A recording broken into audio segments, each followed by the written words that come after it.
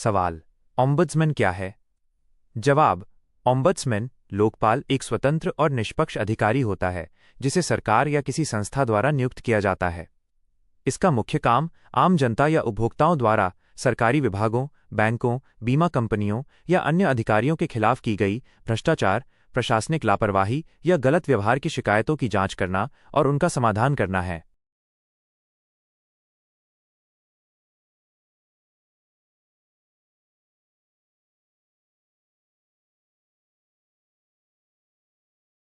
सवाल: प्रशासनिक विधि administrative law की परिभाषा क्या है?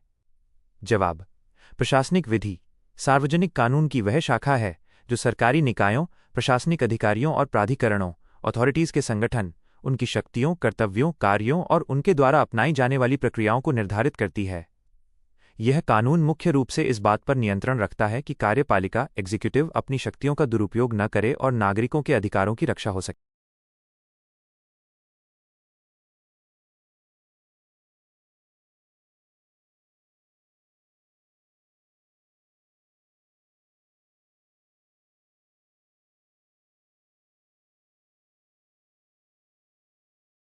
सवाल: शक्ति पृथक्करण का सिद्धांत principle of separation of powers क्या है?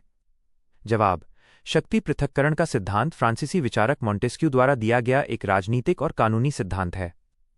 इसके अनुसार सरकार के तीन मुख्य अंगों विधायिका कानून बनाने वाली, कार्यपालिका कानून लागू करने वाली और न्यायपालिका कानून की व्याख्या और न्याय करने वाली के पास अपनी अपनी अलग शक्तियां होनी चाहिए। इसका मुख्य उद्देश्य शक्तियों को किसी एक हाथ में केंद्रित होने से रोकना है ताकि कोई भी अंग अपनी शक्तियों का दुरुपयोग न कर सके और नागरिकों की स्वतंत्रता सुरक्षित रहे।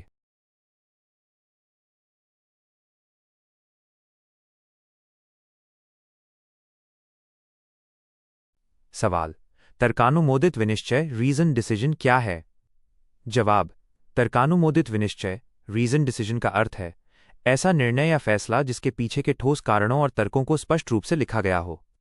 प्रशासनिक कानून एडमिनिस्ट्रेटिव लॉ और प्राकृतिक न्याय नेचुरल जस्टिस के सिद्धांतों के तहत किसी भी अदालत, न्यायाधिकरण, ट्राइब्यूनल या प्रशासनिक अधिकारी के लिए ये अनिवार्य होता है कि जब वो कोई फैसला सुनाए तो यह भी बताए कि वह उस फैसले पर क्यों और किस आधार पर पहुंचा है। यह निर्णय में पारदर्शिता सुनिश्चित करता है और मनमानेपन को रोकता है। सवाल: नियंत्रण एवं संतुलन का सिद्धांत doctrine of checks and balances क्या है? जवाब: नियंत्रण एवं संतुलन का सिद्धांत शक्ति पृथक्करण के सिद्धांत सेपरेशन ऑफ पावर से ही जुड़ा हुआ है। इस सिद्धांत के अनुसार सरकार के तीनों अंग विधायिका, कार्यपालिका और न्यायपालिका अपने अपने क्षेत्र में स्वतंत्र रूप से काम तो करते हैं, लेकिन साथ ही वे एक दूसरे के कामों पर नजर भी रखते हैं और उन्हें नियंत्रित करते हैं। इसका मुख्य उद्देश्य ये सुनिश्चित करना है कि कोई भी एक अंग अत्यधिक शक्तिशाली न हो जाए या अपनी शक्तियों का मनमाना इस्तेमाल न कर सके, जिससे व्यवस्था में संतुलन बना रहता है।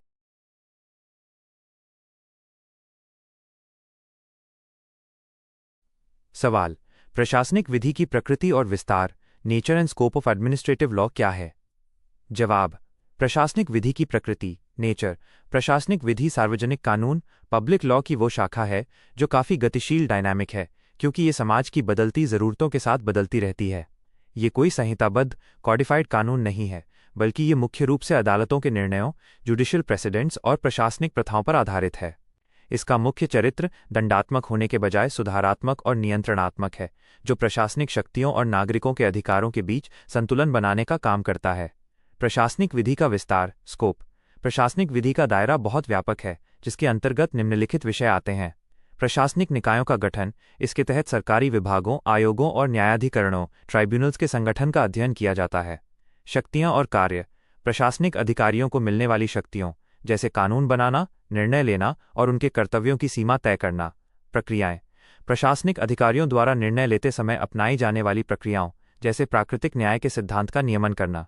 न्यायिक नियंत्रण यदि कोई प्रशासनिक अधिकारी अपनी शक्तियों का दुरुपयोग करता है तो अदालतों जैसे रिट याचिकाओं के माध्यम से द्वारा उस पर नियंत्रण लगाना। उपचार रेमेडीज पीड़ित नागरिकों को प्रशासन के गलत कार्यों के खिलाफ कानूनी राहत या मुआवजा दिलाना।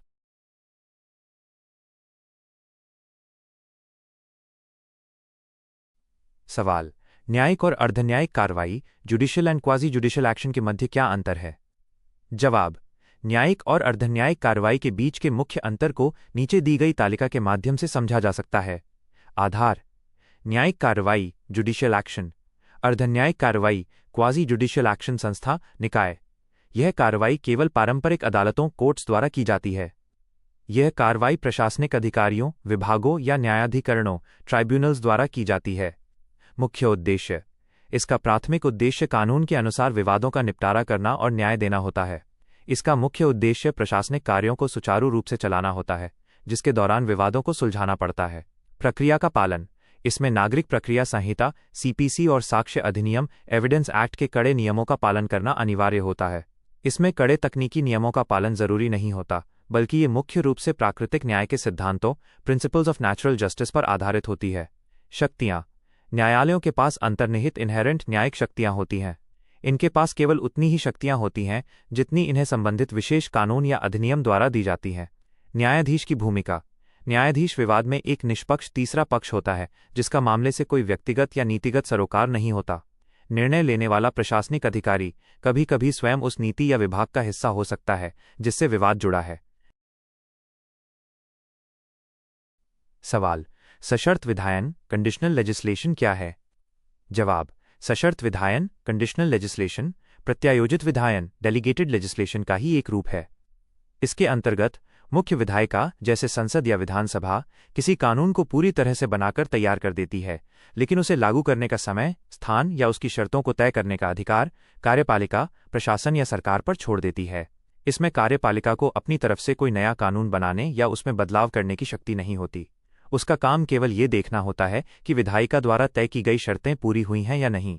जैसे ही वे शर्तें पूरी होती हैं, कार्यपालिका अधिसूचना नोटिफिकेशन जारी करके उस कानून को उस क्षेत्र या समय पर लागू कर देती है। सवाल: प्रशासकीय विवेक एडमिनिस्ट्रेटिव डिस्क्रेशन क्या है? जवाब: प्रशासकीय विवेक का अर्थ है प्रशासनिक अधिकारियों को कानून के दायरे में रहकर अपनी समझ, बुद्धि और विवेक के आधार पर निर्णय लेने की स्वतंत्रता होना। जब विधायिका कोई कानून बनाती है तो वो भविष्य की हर स्थिति का अनुमान नहीं लगा सकती। इसलिए वो कानून में कुछ जगह छोड़ देती है ताकि प्रशासनिक अधिकारी बदलती परिस्थितियों और मामले के तथ्यों को देखकर खुद यह तय कर सकें कि कौन सा कदम उठाना सबसे सही और न्यायसंगत होगा। प्रशासकीय विवेक कोई असीमित शक्ति नहीं है। इस पर अदालतों द्वारा नियंत्रण रखा जाता है ताकि इसका इस्तेमाल मनमाने ढंग से, दुर्भावना से या प्राकृतिक न्याय के सिद्धांतों के खिलाफ न किया जा सके।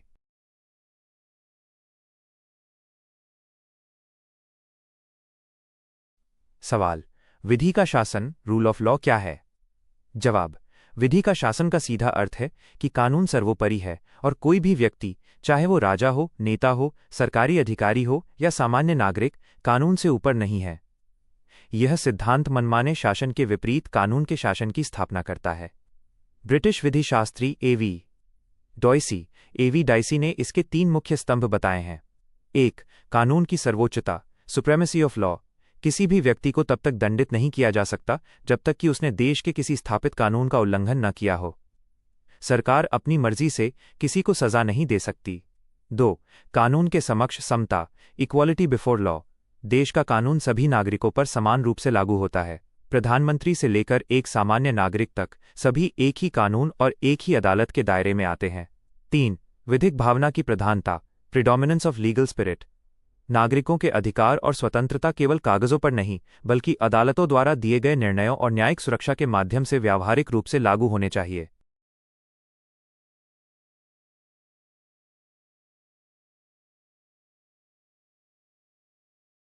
सवाल: प्राकृतिक न्याय का सिद्धांत प्रिंसिपल्स ऑफ नेचुरल जस्टिस क्या है? जवाब: प्राकृतिक न्याय का सिद्धांत किसी भी सभ्य कानूनी प्रणाली का एक मूलभूत आधार है। यह कोई लिखित कानून नहीं है, बल्कि निष्पक्षता, समानता और न्याय सुनिश्चित करने के लिए अदालतों द्वारा विकसित किए गए मार्गदर्शक नियम हैं। इसका मुख्य उद्देश्य प्रशासनिक और न्यायिक प्रक्रियाओं में मनमानेपन और पक्षपात को रोकना है। इसके अंतर्गत मुख्य रूप से 2 महत्वपूर्ण नियम आते हैं। 1.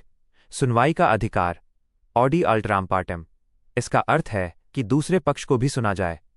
किसी भी व्यक्ति के खिलाफ कोई भी दंडात्मक कार्रवाई या निर्णय लेने से पहले उसे अपना पक्ष रखने का पूरा और उचित अवसर दिया जाना चाहिए।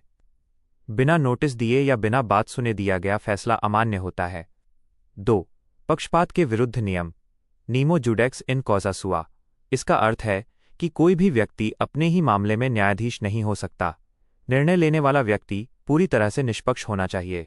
यदि न्यायाधीश या प्रशासनिक अधिकारी का उस मामले में कोई व्यक्तिगत, वित्तीय या व्यावसायिक हित इंटरेस्ट है, तो वह उस मामले की सुनवाई नहीं कर सकता।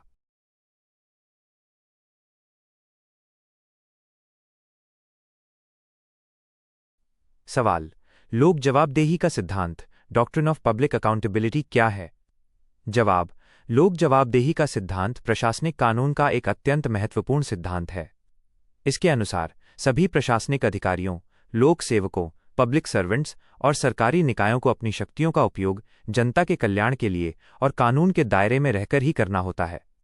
चूंकि लोकतंत्र में सारी शक्तियां जनता से मिलती हैं, इसलिए सरकारी अधिकारी अपने हर कार्य, निर्णय और विवेकाधीन शक्ति, डिस्क्रेशनरी पावर के इस्तेमाल के लिए जनता और कानून के प्रति जवाबदेह होते हैं।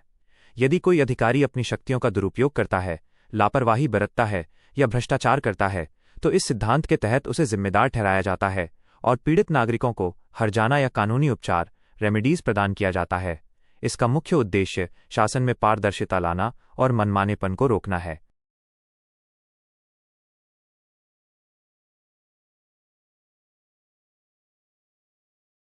सवाल: वैध प्रत्याशा के सिद्धांत, डॉक्ट्रिन ऑफ लेजिटिमेट एक्सपेक्टेशन की व्याख्या कीजिए। जवाब: वैध प्रत्याशा के सिद्धांत का अर्थ, मीनिंग। वैध प्रत्याशा का सिद्धांत प्रशासनिक कानून, एडमिनिस्ट्रेटिव लॉ और प्राकृतिक न्याय, नेचुरल जस्टिस का एक आधुनिक और महत्वपूर्ण सिद्धांत है। सरल शब्दों में प्रत्याशा का अर्थ होता है उम्मीद या आशा। जब सरकार या कोई प्रशासनिक प्राधिकरण, एडमिनिस्ट्रेटिव अथॉरिटी अपने पिछले व्यवहार, वादों, स्थापित प्रथाओं, एस्टैब्लिश्ड प्रैक्टिसेस या घोषित नीतियों के माध्यम से किसी नागरिक के मन में यह विश्वास पैदा करता है कि उसके साथ भविष्य में भी एक निश्चित तरीके से व्यवहार किया जाएगा, तो नागरिक की इस उम्मीद को वैध प्रत्याशा कहा जाता है। यह सिद्धांत इस बात पर जोर देता है कि प्रशासन को अचानक और मनमाने ढंग से अपनी नीतियों या निर्णयों में ऐसा बदलाव नहीं करना चाहिए जिससे किसी नागरिक के हितों को नुकसान पहुंचे, जब तक कि ऐसा करना व्यापक जनहित में अनिवार्य न हो। सिद्धांत की उत्पत्ति और विकास, ऑरिजिन एंड डेवलपमेंट। इस सिद्धांत की उत्पत्ति मुख्य रूप से अंग्रेजी प्रशासनिक कानून, इंग्लिश एडमिनिस्ट्रेटिव लॉ से हुई है। लॉर्ड डेनिंग ने श्मिट बनाम गृह सचिव, Schmidt v secretary of state for home affairs 1969 के मामले में पहली बार इस शब्द का प्रयोग किया था। भारतीय संदर्भ में भारत के सर्वोच्च न्यायालय ने खादी प्रणाल उद्योग बनाम भारत संघ और विशेष रूप से खाद्य निगम भारत बनाम कामधेनु कैटल फीड इंडस्ट्रीज 1993 के ऐतिहासिक मामलों में इस सिद्धांत को भारतीय प्रशासनिक कानून का एक अभिन्न अंग स्वीकार किया। न्यायालय ने माना कि भले ही वैध प्रत्याशा कोई कानूनी अधिकार, स्टैट्यूटरी राइट नहीं है, फिर भी संविधान के अनुच्छेद 14 समानता का अधिकार के तहत मनमानेपन को रोकने के लिए प्रशासन को इस प्रत्याशा का सम्मान करना चाहिए। वैध प्रत्याशा कब उत्पन्न होती है? When does it arise?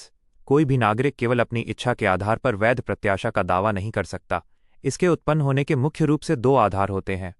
एक, स्पष्ट वादे या आश्वासन, एक्सप्रेस प्रॉमिस। जब प्रशासन या किसी सरकारी अधिकारी द्वारा किसी नागरिक को स्पष्ट रूप से कोई वचन, आश्वासन या प्रतिनिधित्व, रिप्रेजेंटेशन दिया गया हो। 2, दीर्घकालिक प्रथा, कंसिस्टेंट प्रैक्टिस। जब प्रशासन लंबे समय से किसी निश्चित प्रक्रिया या नीति का पालन करता आ रहा हो, जिससे नागरिकों को यह स्वाभाविक उम्मीद हो जाए कि आगे भी इसी प्रक्रिया का पालन किया जाएगा। वैध प्रत्याशा के प्रकार, टाइप्स ऑफ लेजिटिमेट एक्सपेक्टेशन। न्यायालयों द्वारा इस सिद्धांत को दो रूपों में लागू किया जाता है। 1, प्रक्रियात्मक वैध प्रत्याशा, प्रोसीजरल लेजिटिमेट एक्सपेक्टेशन। इसके तहत नागरिक यह उम्मीद करता है कि प्रशासन अपनी नीति में बदलाव करने या कोई विपरीत निर्णय लेने से पहले उसे सुनवाई का उचित अवसर, अपॉर्चुनिटी ऑफ बीइंग हर्ड देगा या उसके साथ परामर्श करेगा। 2, सकारात्मक वस्तुनिष्ठ वैध प्रत्याशा, सब्सटैंटिव लेजिटिमेट एक्सपेक्टेशन। इसके तहत नागरिक सीधे उस लाभ या राहत की मांग करता है जिसका वादा प्रशासन ने किया था, जैसे किसी विशेष टैक्स छूट या लाइसेंस का नवीनीकरण। हालांकि अदालतें इसमें तभी हस्तक्षेप करती हैं जब प्रशासन का निर्णय पूरी तरह से तर्कहीन या दुर्भावनापूर्ण हो। सिद्धांत की सीमाएं, लिमिटेशंस। ये सिद्धांत असीमित नहीं है और प्रशासन की नीतियों को पूरी तरह से बांध नहीं सकता। निम्नलिखित स्थितियों में वैध प्रत्याशा का दावा खारिज किया जा सकता है। व्यापक जनहित, पब्लिक इंटरेस्ट। यदि सरकार व्यापक जनहित, राष्ट्रीय सुरक्षा या नीतिगत बदलावों के कारण पुराना वादा पूरा नहीं कर पाती है, तो जनहित को वैध प्रत्याशा से ऊपर रखा जाएगा। कानून के विरुद्ध नहीं, नो एस्टॉपल अगेंस्ट लॉ। यदि प्रशासन का कोई पिछला वादा या प्रथा देश के किसी स्थापित कानून के खिलाफ है, तो कानून के विरुद्ध किसी भी वैध प्रत्याशा को मान्यता नहीं दी जा सकती। नीतिगत मामले, पॉलिसी डिसीजंस। आर्थिक नीतियों, बजट या करों, टैक्सेस से जुड़े मामलों में सरकार को बदलाव करने की पूरी स्वतंत्रता होती है, वहां इस सिद्धांत का लाभ आमतौर पर नहीं मिलता। निष्कर्ष: वैध प्रत्याशा का सिद्धांत नागरिकों को प्रशासन के मनमाने और अप्रत्याशित निर्णयों से सुरक्षा प्रदान करता है। यह सरकार को बाध्य करता है कि वह अपने कार्यों में पारदर्शिता, निष्पक्षता और निरंतरता बनाए रखे, जिससे कानून के शासन, रूल ऑफ लॉ की अवधारणा मजबूत होती है।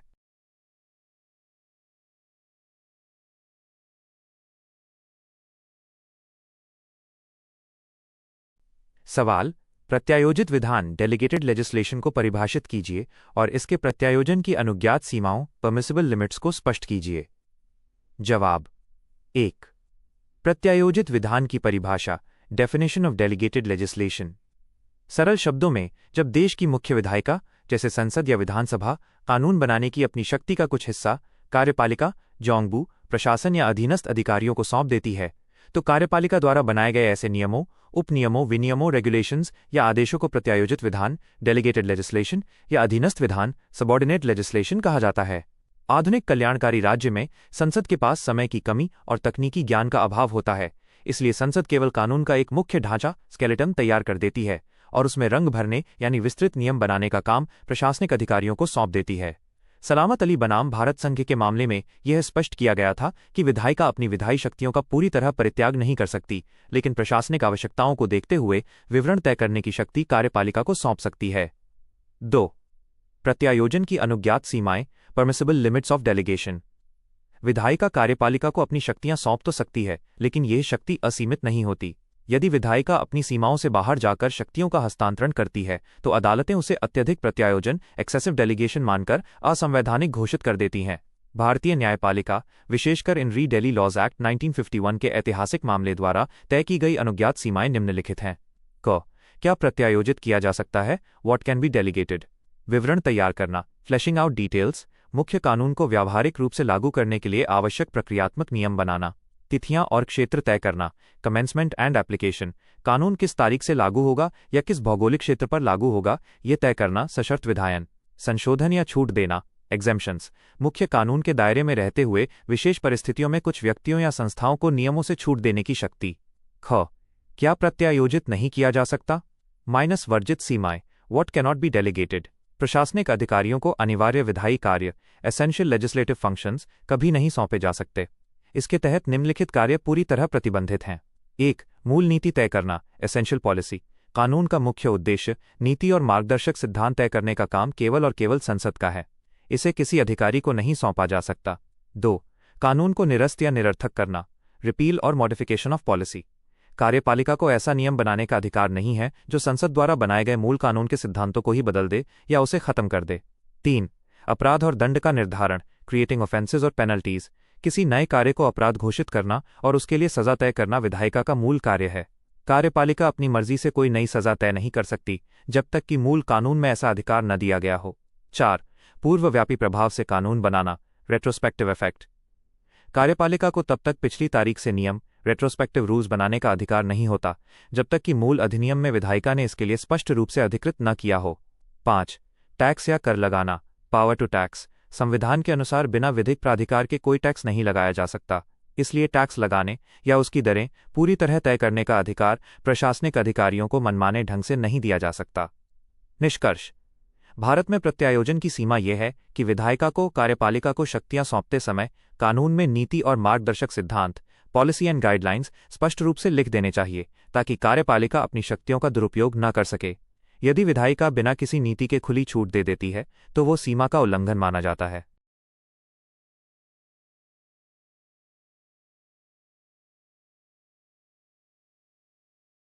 सवाल: प्रशासनिक न्यायाधिकरण, एडमिनिस्ट्रेटिव ट्राइब्यूनल्स पर एक लेख लिखिए। जवाब: प्रशासनिक न्यायाधिकरण का अर्थ, मीनिंग। प्रशासनिक न्यायाधिकरण, एडमिनिस्ट्रेटिव ट्राइब्यूनल एक ऐसी अर्ध न्यायिक क्वासी जुडिशियल संस्था है जिसका गठन देश की पारंपरिक अदालतों के काम के बोझ को कम करने और विशिष्ट प्रशासनिक या तकनीकी विवादों का तेजी से निपटारा करने के लिए किया जाता है। यह न तो पूरी तरह से एक अदालत होती है और न ही विशुद्ध रूप से एक प्रशासनिक विभाग। यह दोनों के बीच की एक कड़ी है जिसमें प्रशासनिक विशेषज्ञता और न्यायिक निष्पक्षता दोनों का समावेश होता है। संवैधानिक प्रावधान, कॉन्स्टिट्यूशनल प्रोविजंस। मूल संविधान में प्रशासनिक न्यायाधिकरणों के बारे में कोई प्रावधान नहीं था, इन्हें 42वें संविधान संशोधन अधिनियम 1976 द्वारा संविधान में एक नया भाग 14 A14Q जोड़कर शामिल किया गया। इसके तहत दो प्रमुख अनुच्छेद जोड़े गए। एक, अनुच्छेद 323A 323 की माइनस प्रशासनिक न्यायाधिकरण। इसके तहत संसद को ये शक्ति दी गई कि वह केंद्र, राज्यों या स्थानीय निकायों के सरकारी कर्मचारियों की सेवा शर्तों, भर्ती और सेवा संबंधी विवादों के निपटारे के लिए प्रशासनिक न्यायाधिकरणों की स्थापना कर सकती है। 2, अनुच्छेद 323B 323 खा माइनस अन्य मामलों के लिए न्यायाधिकरण। इसके तहत संसद और राज्य विधानसभाओं को कर, टैक्सेशन, विदेशी मुद्रा, श्रम विवाद, भूमि सुधार और खाद्य सामग्री जैसे अन्य विशिष्ट विषयों के विवादों को सुलझाने के लिए न्यायाधिकरण बनाने का अधिकार दिया गया। प्रशासनिक न्यायाधिकरण अधिनियम 1985 अनुच्छेद 323A के तहत मिली शक्तियों का प्रयोग करते हुए संसद ने प्रशासनिक न्यायाधिकरण अधिनियम 1985 पारित किया। इसके तहत मुख्य रूप से दो प्रकार के न्यायाधिकरण स्थापित किए गए। केंद्रीय प्रशासनिक न्यायाधिकरण CAT minus central administrative tribunal. यह केंद्र सरकार के कर्मचारियों और अखिल भारतीय सेवाओं जैसे IAS, IPS, IFS के अधिकारियों के सेवा संबंधी मामलों की सुनवाई करता है। इसकी मुख्य पीठ नई दिल्ली में है और देश के विभिन्न राज्यों में इसकी सर्किट पीठें हैं। राज्य प्रशासनिक न्यायाधिकरण SAT minus state administrative tribunal संबंधित राज्य सरकार के अनुरोध पर केंद्र सरकार द्वारा उस राज्य के सरकारी कर्मचारियों के सेवा विवादों के लिए इसकी स्थापना की जाती है। पारंपरिक अदालतों और न्यायाधिकरणों में अंतर। आधार: पारंपरिक न्यायालय कोर्ट्स, प्रशासनिक न्यायाधिकरण ट्राइब्यूनल्स। प्रक्रिया: ये नागरिक प्रक्रिया संहिता CPC और साक्ष्य अधिनियम के कड़े नियमों से बंधे होते हैं। ये कड़े तकनीकी नियमों से मुक्त होते हैं और प्राकृतिक न्याय के सिद्धांतों का पालन करते हैं। सदस्य: इनमें केवल कानून और न्याय के क्षेत्र से जुड़े विशेषज्ञ न्यायाधीश होते हैं। इनमें न्यायिक सदस्यों के साथ साथ प्रशासनिक मामलों के अनुभवी विशेषज्ञ एडमिनिस्ट्रेटिव मेंबर्स भी शामिल होते हैं। व्यय और समय: यहाँ न्याय मिलने में लंबा समय लगता है और ये प्रक्रिया खर्चीली होती है। यहाँ विवादों का निपटारा कम खर्च में और बहुत तेजी से होता है। ऐतिहासिक न्यायिक निर्णय एल चंद्र कुमार केस 1997। एल चंद्र कुमार बनाम भारत संघ 1997 के ऐतिहासिक मामले में सर्वोच्च न्यायालय ने एक बेहद महत्वपूर्ण निर्णय दिया। न्यायालय ने कहा कि प्रशासनिक न्यायाधिकरणों के निर्णयों के खिलाफ सीधे सुप्रीम कोर्ट जाने के बजाय पीड़ित व्यक्ति को पहले संबंधित राज्य के उच्च न्यायालय हाई कोर्ट की खंडपीठ के समक्ष चुनौती देनी होगी। उच्च न्यायालयों की न्यायिक समीक्षा जुडिशियल रिव्यू की शक्ति संविधान का मूल ढांचा बेसिक स्ट्रक्चर है, जिसे संसद कानून बनाकर भी नहीं छीन सकती। निष्कर्ष: प्रशासनिक न्यायाधिकरण आधुनिक प्रशासनिक कानून की एक अनिवार्य आवश्यकता है। ये विशेष रूप से तकनीकी और सेवा संबंधी मामलों में विशेषज्ञता के साथ त्वरित न्याय प्रदान करने में महत्वपूर्ण भूमिका निभाते हैं। हालांकि इनमें बुनियादी ढांचे की कमी और सदस्यों की नियुक्ति में होने वाली देरी जैसी चुनौतियों को सुधारा जाना आवश्यक है ताकि इनकी प्रभावशीलता बनी रहे।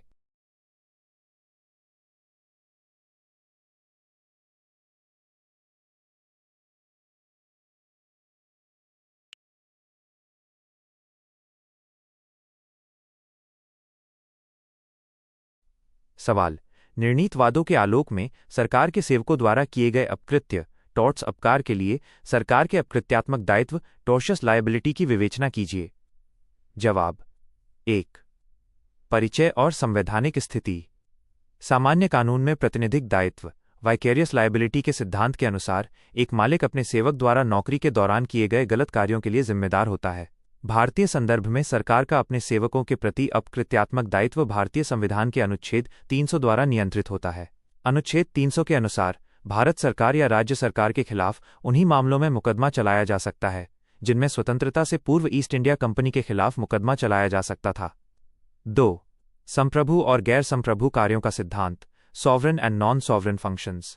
सरकार के दायित्व को समझने के लिए इसके कार्यों को दो भागों में बांटा गया है। 1. संप्रभु कार्य सॉवरेन फंक्शंस, वे कार्य जो केवल राज्य सरकार ही कर सकती है, जैसे देश की रक्षा, युद्ध, शांति, सेना का रखरखाव और कानून व्यवस्था बनाए रखना। इन कार्यों के दौरान यदि सरकारी कर्मचारी से कोई गलती होती है तो सरकार उत्तरदायी नहीं होती। 2.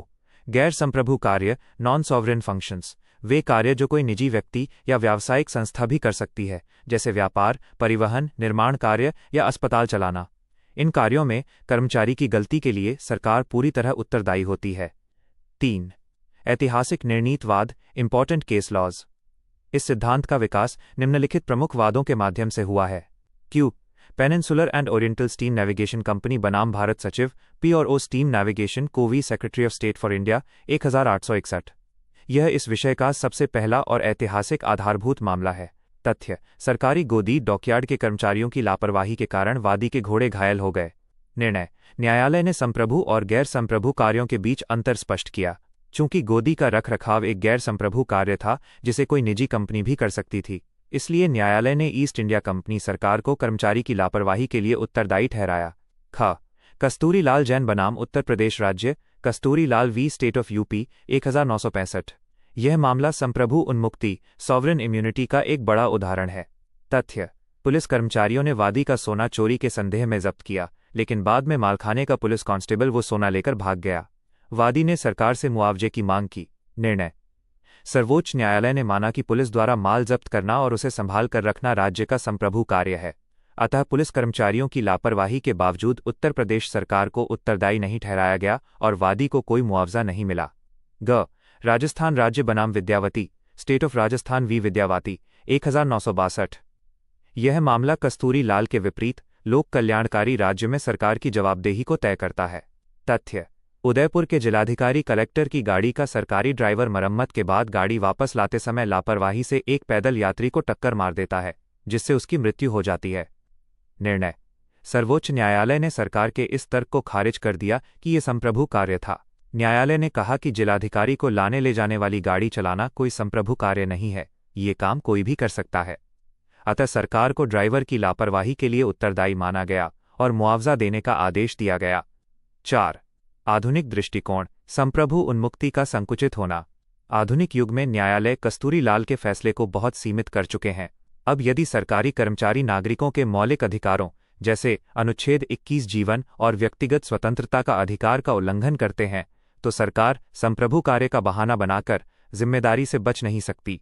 रुदल साहब बनाम बिहार राज्य 1983। जेल की अवधि पूरी होने के बाद भी वादी को 14 साल तक अवैध रूप से जेल में रखा गया। न्यायालय ने इसे अनुच्छेद 21 का उल्लंघन मानते हुए बिहार सरकार पर भारी जुर्माना लगाया। नीलबती बेहरा बनाम उड़ीसा राज्य 1993। पुलिस हिरासत में हुई मौत कस्टोडियल डेथ के मामले में न्यायालय ने कहा कि संप्रभु उन्मुक्ति का सिद्धांत लोक कानून पब्लिक लॉ के तहत संवैधानिक उपचारों पर लागू नहीं होता। न्यायालय ने राज्य को पीड़ित परिवार को मुआवजा देने का आदेश दिया। निष्कर्ष: वर्तमान प्रशासनिक कानून में यह स्थापित हो चुका है कि एक लोक कल्याणकारी राज्य वेलफेयर स्टेट में सरकार अपने कर्मचारियों की लापरवाही के लिए पूर्ण उन्मुक्ति का दावा नहीं कर सकती। रक्षा और न्याय प्रशासन जैसे शुद्ध संप्रभु कार्यों को छोड़कर अन्य सभी प्रशासनिक, व्यावसायिक और सामान्य कार्यों के दौरान हुए अपकृत्य टॉर्ट के लिए सरकार ठीक उसी तरह जिम्मेदार है जैसे कोई निजी मालिक होता है।